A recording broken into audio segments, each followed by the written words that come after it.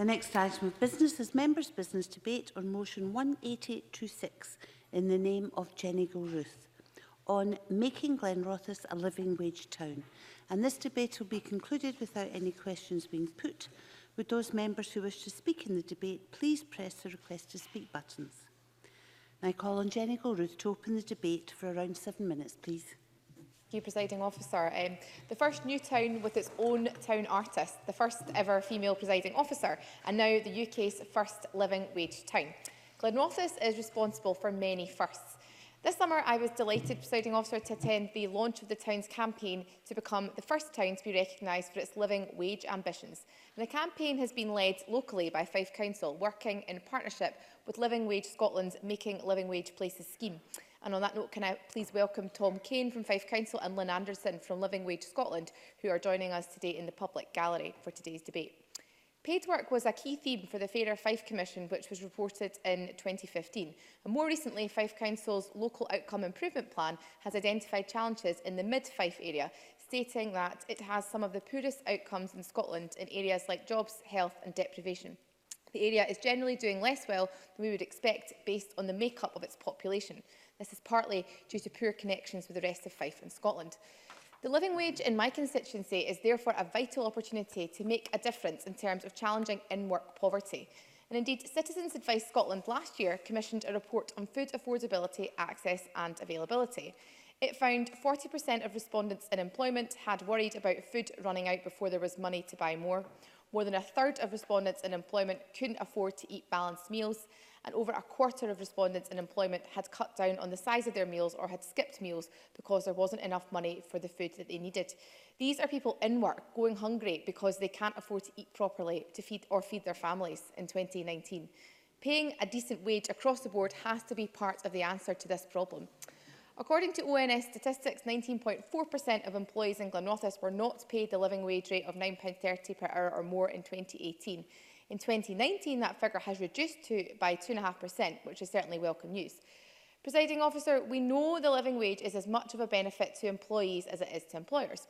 And research from accredited employers has shown a 25% decrease in absenteeism, with 80% of employers believing that the living wage has enhanced the quality of the work of their staff. Across Glenrothes, businesses are already benefiting from being part of the scheme.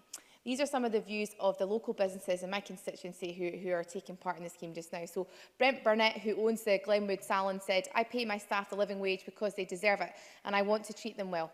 I feel strongly about my local community with both my customers and staff living locally. I feel the business is firmly rooted here in Glenwood. By being accredited by the Living Wage Scotland, I not only have the benefit of the staff but of the whole community. I have happy staff now and I know that I will have happy customers as a result." Gordon Slight, the Managing Director of Landfall Scaffolding, agrees, and he said, "We are a family business and we have always believed that being fair to people means that they will be fair in return. We place a massive emphasis on the quality of service our staff give to our customers, so it's important that their work is fairly rewarded.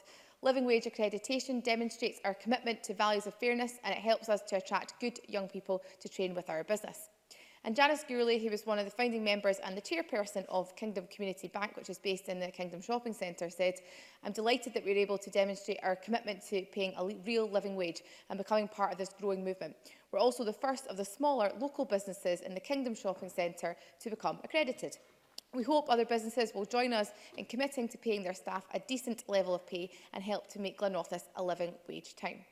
But paying the living wage is also important for workers because it's set according to the basic cost of living. It affords people greater opportunity to provide for themselves and for their families.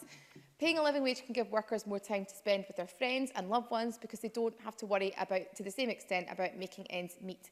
And indeed, 75% of employees have reported increases in work quality as a result of receiving the living wage because they feel valued. Presiding Officer, the impact of this policy in a town like Glenrothes cannot be underestimated.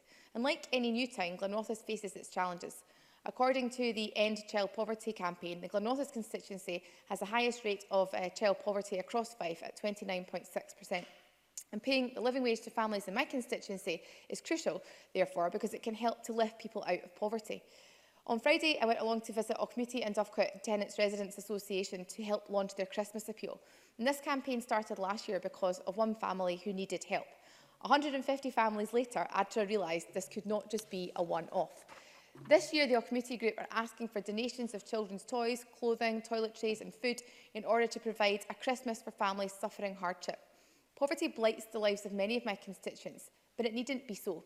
According to the United Nations, poverty eradication is only possible through stable and well-paid jobs. This is why the living wage is key. Across Glenrothes, 64 businesses are now signed up to be living wage accredited. Fife Council are also offering to pay the first year of accreditation the fee that's involved for becoming a living wage employer. And whilst the amount depends on the size of the business, it totals up to £120 per employer, which is significant investment from the local authority to incentivise better pay in the local area. Accreditation is simple and a straightforward process. An online licence is provided to an employer, and an employer only needs to direct their staff in terms of those being aged over 18 and receiving the real living wage. And as a living wage employer myself, I wrote to all businesses in my constituency and encouraged them to sign up to the scheme back in September 2017. And now, with the help of Fife Council locally, more organisations are understanding the benefits of paying a living wage to their employees. Fife Council have been supported by their work by the Scottish Government, who fund Living Wage Scotland, which was established back in 2014 with the aim of increasing the number of employers in Scotland who are recognised for paying their staff the living wage. And the partnership approach locally is already paying dividends, as the reduction of those paid less than the living wage shows us. Presiding Officer, the living wage isn't just about paying people properly, it's about society acknowledging the structural inequalities that low pay creates. The cycle of poverty is not a new phenomenon, but we are not living in Dickensian times. Just because you have a job does not protect you from poverty. From the work of the Committee and Dovecote Tenants Residents Association to child poverty statistics in my own constituency, I know the cost of in-work poverty to the people that I represent. It is human and it is heartbreaking, but we can do something about it. I am absolutely delighted that Fife Council is leading the way on this groundbreaking initiative to make Glenrothes the UK's first ever living wage town. And I would encourage any business in the Glenrothes area considering signing up to think of the positives it might bring people in their area in terms of their work, and to think of the lives of the people which it might improve. In closing, Presiding Officer, I will end with the words of a fellow Fifer, one Adam Smith, who wrote 192 years ago in The Wealth of Nations, "A man must always live by his work, and his wages must at least be sufficient to maintain him. They must even, upon most occasions, be somewhat more, otherwise it would be impossible for him to bring up a family, and the race of such workmen could not last beyond the first generation." Thank you. We'll move now to the open debate, and speeches of no more than 4 minutes, please. Jamie Halcrow-Johnson, followed by Shona Robison. Thank you, Deputy Presiding Officer. Can I thank and congratulate Jenny Gilruth for securing this debate. As my party spokesman on jobs and employability, I welcome that Glenrothes is moving towards being the country's first living wage town. This has been a positive step, and much of the effort led by the local action group representing public, private and third sectors. At the moment, employment continues to remain at record level as real wages grow. That wage growth has become solidified in our economy, and that should be welcomed. But low pay remains a significant issue that we should be united in tackling.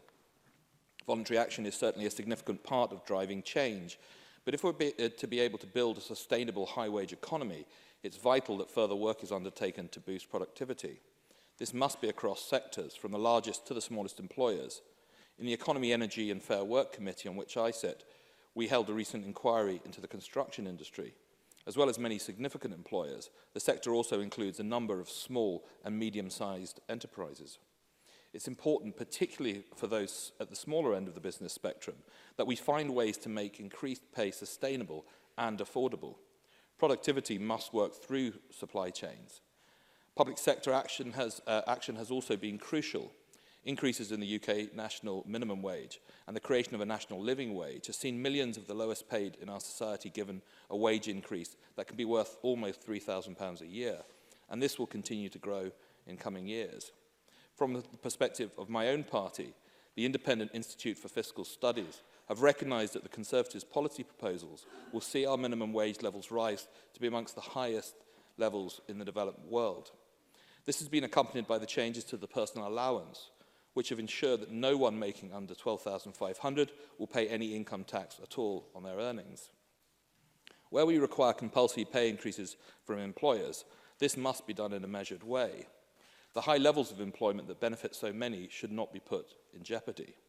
We've outlined a position where the national living wage will not only rise to 2/3 of average earnings, but it will also, for the first time, extend to anyone over the age of 21. As has been recognised since the outset of the national minimum wage, there must be particular attention paid to young people, and especially those in formalised training. We've seen that this age group can be among the most vulnerable to change in the economy. And that's why it's positive to see that the UK government has abolished national insurance for employers, contributions for under-21s, as well as for apprentices under 25.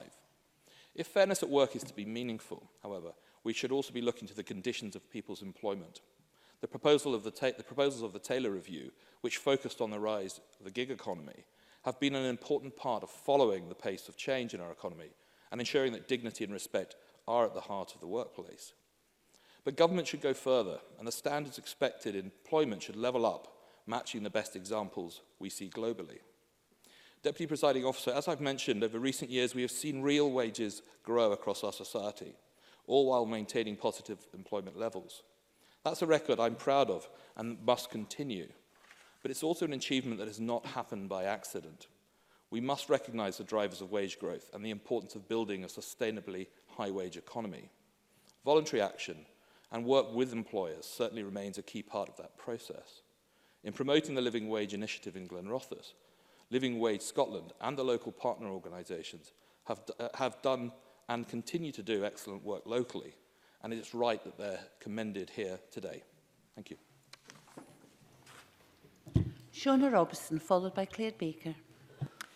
Thank you, Presiding Officer. I'd also like to thank Jenny Gilruth for bringing this debate to the Chamber. It was fantastic to hear of the achievements in Glenrothes, and I'd like to congratulate all those who are helping Glenrothes on its journey to become a living wage town. Dundee has also been recognised for the work it's been doing to become a living wage city. Back in May of this year, an alliance of prominent employers in Dundee launched the city's action plan, setting out how they would work together on making Dundee a living wage city in partnership with Living Wage Scotland.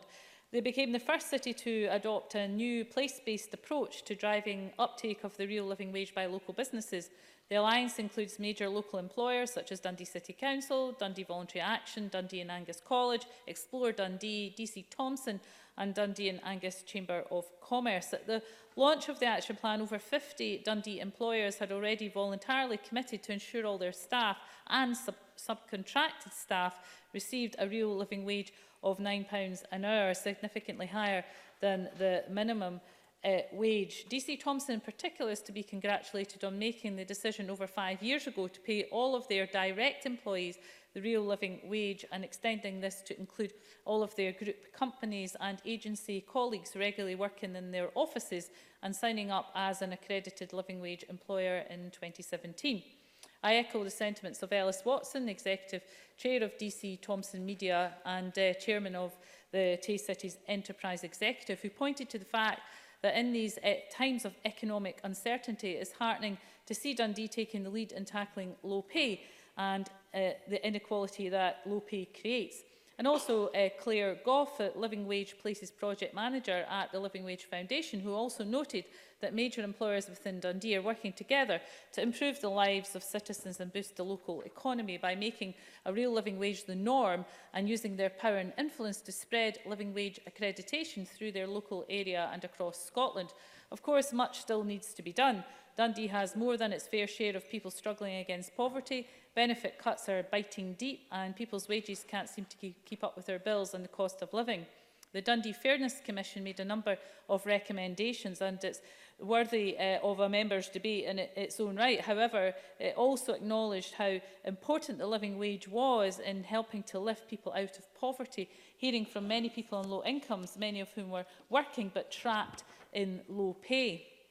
The real living wage can make a huge difference to those people, and as the leader of Dundee City Council, Councillor John Alexander, acknowledged, local authorities themselves can be powerful advocates of the Real Living Wage campaign.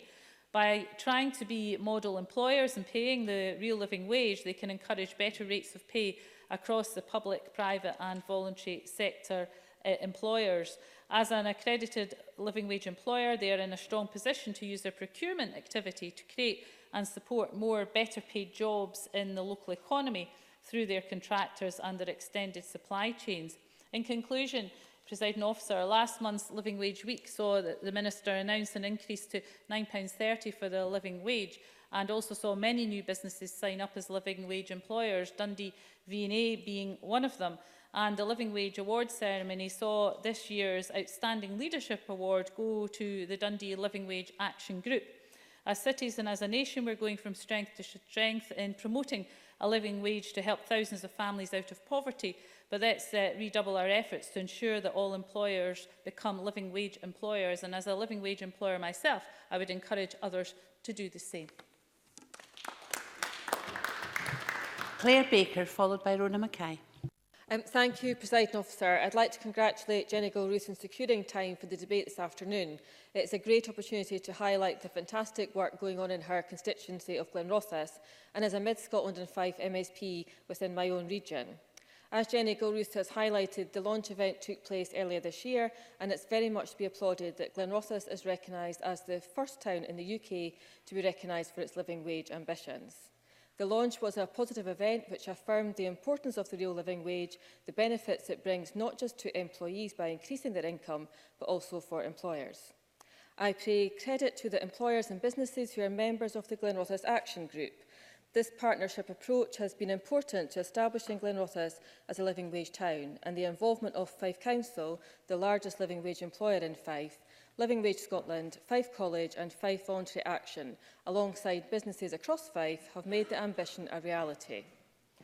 While, as Jenny Gilruth said, there are 64 registered living wage employers in Fife, it is important to raise the profile of the campaign and encourage those who do meet the criteria to register and promote their involvement. It is fantastic to hear the testimony from Glenwood Hairdressing Salon and Landfall Scaffolding about their journey to become living wage employers, and they provide valuable examples of how it is possible within any profession to pay decent wages. Insecure work has become a feature of our economy as people are forced onto zero-hour contracts or to operate as self-employed where they are effectively working for an employer. Along with precarious work, there is a culture of low wages. When the minimum wage was introduced in 1998, in the face of opposition from big business, it lifted an estimated 1.9 million people onto a salary that brought an end to poverty wages. But it is more than 20 years since the minimum wage was introduced, and as the cost of living increases and wages fall behind, the Living Wage campaign has been tenacious in arguing for an hourly rate that provides people with a proper reward for their labour. Many people who are in low-paid jobs are not in a unionised workplace. They can feel without a voice and without leverage in their employment. The Living Wage campaign is a progressive campaign that is people-driven with cross-party support and is a movement of independent businesses, organisations and communities. It is an empowering campaign that seeks to build consensus. It recognises that the minimum wage is not sufficient to live on. It is the absolute minimum anyone should be paid, and it should not be the starting point for employers. Some 470,000 people in Scotland don't earn the real living wage, and 182,000 children in Scotland live in poverty, despite having one person in their household in work. Low wages is a cruel trap that people can get caught in. They are working, often having to meet the expenses of travelling to work, of finding support for their caring responsibilities, of having to pay their bills and often raise a family, but the wages they receive means they can't make ends meet. Too many people across the UK face in-work poverty. Kirkcaldy Food Bank, who are struggling to survive because of the demand on their services, report that while benefit delay is a driver for their services, people facing financial hardship, many of them in employment, but unable to cope with unexpected bills or just being unable to make ends meet, often need to use a food bank. Central to the Living Wage campaign is ensuring that people have enough money for a decent standard of living. It recognises that if you go out to work, you are contributing to society and to your community, and you deserve to be properly rewarded. And while the Living Wage campaign is tackling an injustice in our society, it is also a celebratory campaign. It recognises the positive effort of employers who join the campaign and highlights the benefits it brings them. Businesses which pay the living wage report less staff turnover, fewer absences and a more committed workforce. Employers who pay the living wage are really important to the campaign as they prove it is possible to pay a decent wage and run a business, and they provide really good peer examples. Following a sleight of hand from the government, the living wage has become more accurately known as the real living wage. I believe that a future government should raise the minimum wage and the national minimum wage so that it matches the real living wage. It is a calculation which is based on the cost of living, and that is what a working person should be entitled to. So, Presiding Officer, until then, campaigners will continue to put forward a strong case for an increase in living standards to give everyone pride in their work and a stake in their workplace. I look forward to progress in Glenrothes as it establishes itself as a living wage town, at the forefront of improving life for people in the town, supporting ethical business decisions and growing a fairer economy. Thank you. Rona Mackay, followed by Mark Ruskell. Thank you, Presiding Officer. I'm pleased to be able to take part in this debate today, and I thank my colleague Jenny Gilruth for bringing it to the Chamber. Also congratulate Glenrothes in becoming the first town to be recognised as a Making a Living Wage town. My colleague Shona Robson's constituency, Dundee, for being awarded Making a Living Wage City in the UK. Presiding Officer, everyone should be paid at least a living wage. It should be the absolute minimum, as Claire Baker said. Employees are the most valuable asset a business can have. Without them, there would be no business. So it defeats me that some employers do not see the value of paying at least the living wage. It's in their interests, the employees' interests, and it's a matter of common decency. If you don't value your workers, you will not gain respect and tap into the full potential of your employees. Presiding Officer, last year I led a members' debate on unpaid work trials to complement a members' bill my colleague Stuart MacDonald was bringing out in Westminster. Unpaid work trials can often exploit young people in every way possible, and it's a practice that's widely abused by unscrupulous employers. During my speech, I said, this is the shameless exploitation of people for free labour, and these shifts are often used to cover staff shortages and save money.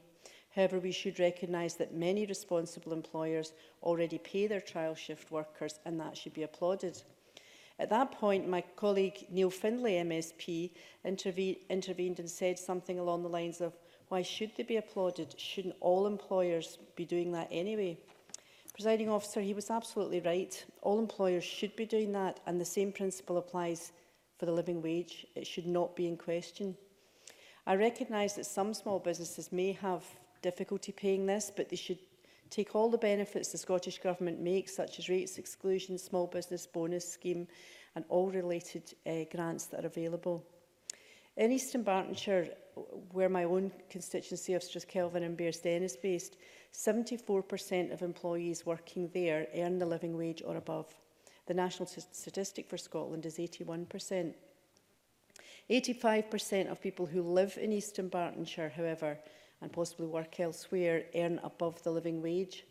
So those statistics are fair, but of course could be improved upon. In October this year, the Carnegie UK Trust launched the Living Wage Toolkit to support local employers, communities and people to work together to extend the living wage to more workers and lift more people out of low pay. Because low pay that's insufficient to live on is what we're talking about here. Low pay leads to poverty and debt in far too many households. The working poor is a deplorable phrase that we need to put a stop to. Too many children are being brought up in poverty and are not getting the best start in life. Too many people are being forced to go to food banks just to get through the week. So we should encourage all employees within our constituencies to pay the living wage, get the conversation going and raise the living standards of everyone throughout Scotland. Thank you. Mark Ruskell. Thank you, Presiding Officer. And as another living wage accredited employer, I'd also like to thank Jenny Gilruth for bringing forward this members' business to the Chamber this afternoon. I'm absolutely delighted that Glenrothes is the UK's first accredited living wage town. And, you know, we all know that a real living wage is essential if we're to ensure that everyone has the basic necessities that they need to maintain a decent standard of living. You know, the solution to the brutal austerity our communities have suffered has to begin by ensuring that everyone has access to fair work, fair pay, and we need an end to in-work poverty. And I think, as Jenny Gilruth has already highlighted, the Citizen Advice Bureau report, Bringing Food to the Table, found that, you know, poverty exists in many different ways in our community. And this particular report found that among working people in Fife, 40% are worried about food running out before there is money to buy more. But alongside food poverty, we also see fuel poverty as well, people struggling to pay bills, and we also see transport poverty as well. I think Jenny again highlighted the issue about transport isolation, communities that are disconnected, communities that face very expensive public transport, the isolation that's impacts in particular on young people who cannot afford access to a car. So, no one in a country as wealthy as ours should go hungry or find themselves unable to meet any of their basic needs. Now, Glenrothes has proven that a living wage is possible everywhere in Scotland. The employment rate in Glenrothes currently sits at 71%, so it's lower than the Fife rate of 76% and lower than the Scotland rate of 75%. But we know that for a fact that increasing wages actually boosts productivity, it boosts retention, and it boosts industry and our local economies. And research by the Smith Institute found that implementing a living wage would see a boost for UK city economies of over £1 billion a year. One of the key suggestions from their study was to implement living wage initiatives in cities across the whole of the UK. So it's great to see Glenrothes leading the charge here. I was hoping that Stirling could be next, although I really welcome the contribution from Shona Robertson, just hear how much progress that Dundee has made in that regard. I was hoping that Stirling could move on this because it was one of the first councils to implement the living wage way back in April 2012, and it became an accredited living wage employer in 2015. And while millions of pounds are being pumped into local economies through the Scottish City deals, it is essential that cities support their local economies and their workers by developing uptake of the real living wage. And I do think there's a responsibility here on, let's call them anchor institutions like councils, because when they move on the living wage, they do have a responsibility to follow through on that and to carry that leadership through, working in partnership with the voluntary sector and the public sector so we can influence other employers. Not only does a living wage increase income for those getting a wage raise, but it also supports the local economy. And of course, it also helps contribute to local council budgets through taxation as well. So I'm delighted to commend the many businesses in Glenrothes that are already paying a living wage, and those champions that will continue to ensure that Glenrothes and every city and town across the whole of Scotland become places where everyone gets a fair day's pay for a fair day's work. Mr Ruskell's was the last contribution in the open debate, so I will now ask Jamie Hepburn to respond to the debate for up to 7 minutes, please. Thank you very much, Presiding Officer, and can I join with others in thanking Jenny Gilruth for bringing forward today's debate and other members for their contributions as well. I should also declare that I am an accredited living wage employer too. Can I also join with Jenny Gilruth in congratulating Glenrothes becoming the first town in the UK, not just Scotland, but the entire UK, to be awarded recognition for their plan to become a living wage town. That, of course, doesn't happen of itself, and I want to thank the Living Wage Action Group in Glenrothes for the activity they are taking forward. I want to thank Fife Council, Fife Voluntary Action, Fife College, Landfill Scaffolding and Glenwood Salon for coming together to create an action group and to drive forward their action plan, taking forward from their baseline measure in August of this year of 11 accredited employers in Glenrothes and seeking to triple the number of such accredited employers in the town over the first year. In that regard, we have seen good progress. We now have 18 accredited employers of over 60 accredited employers in Fife and of over 1,600 across Scotland. That's great expansion in a very short period of time, and that's all credit to the action group and the activity that they are taking forward in Glenrothes. I also want to join with Shona Robertson in quickly acknowledging the success of Dundee in becoming the first city in the UK, again not just in Scotland but the UK, to adopt a new place-based approach to driving uptake of the real living wage by local businesses. I have been able to visit Dundee on a number of occasions to see the work they are doing, and it is making significant progress. We are, I think, through those measures showing that Scotland is trying to take the lead in this crucial aspect of creating a fair work nation and in tackling poverty. Jamie Halcrow-Johnson talked about the UK government's approach to the minimum wage. He sought to defend it. I should say, and you might expect me to say, and I will say, that I don't think that approach goes far enough. I think when we have a living wage foundation that objectively assesses what the minimum requirements for an income to be assessed as a living wage is not met by the statutory minimum wage. I don't think that is good enough. Of course, we don't have the requisite statutory powers to legislate to do something different, but we have acted, we work in concert with Living Wage Scotland, and we do seek to make a difference. I will give way to Mr Halcrow-Johnson briefly. Jamie Halcrow-Johnson. Thank you. I appreciate the Minister taking the intervention. Do you welcome, though, the impact that the national living wage has had on those people it has impacted on, those people that it's provided additional? Do you also welcome the increases in the income threshold? And do you accept that there's also been an impact on those who do earn low wages of things like council tax increases because of the pressure being put on local government in Scotland? Jamie Hepburn. Well, let me say, of course, I welcome any measure that seeks to increase the income of those at the lower end of the income scale. But I think, and I was going to come on to make the point, but I'll make it just now, when we still see a situation where the majority of those in relative poverty, adults and children, are in a working household, I think we can all fairly conclude that the statutory approach to these matters have been taken by the UK Government does not go far enough. I don't think that's just a perspective that I hold. I think it's shared widely across these benches, perhaps not on the Conservative benches, but I think across most of the rest of the benches in this chamber. In terms of the approach we take, initiatives such as Glenrothes' plan to become a real living wage town is necessary. I believe that the creation of living wage places can act as a huge catalyst for change, to drive the agenda forward, to ensure that more employers take up the cudgels and become an accredited living wage employer. We're seeing that in Glenrothes with the increase. We've seen that in Dundee as well.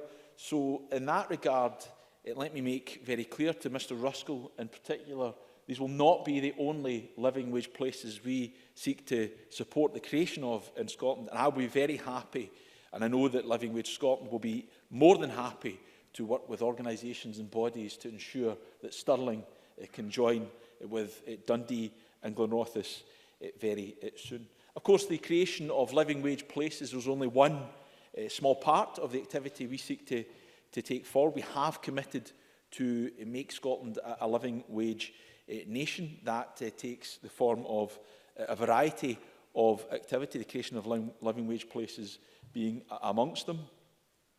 We are ensuring that through the funding we provide to Living Wage Scotland, we've seen great progress, of course, over the last period in terms of hitting the target that we set them to have 1,000 accredited living wage employers here in Scotland. We now are way past that. We have 1,600 accredited living wage employers, as I have said, which is somewhat on a proportionate basis, somewhat 5 times the level that we should have if you consider the number of accredited employers across the UK as a whole. But of course that doesn't go far enough, and we now move into a new phase, and working with Living Wage Scotland, we're targeting that activity focused on the lowest paid sectors, so that we're not just driving up the number of accredited living wage employers, important as that is, but that it seeks to make the fundamental difference and ensure that more people are paid the real living wage as a minimum as well.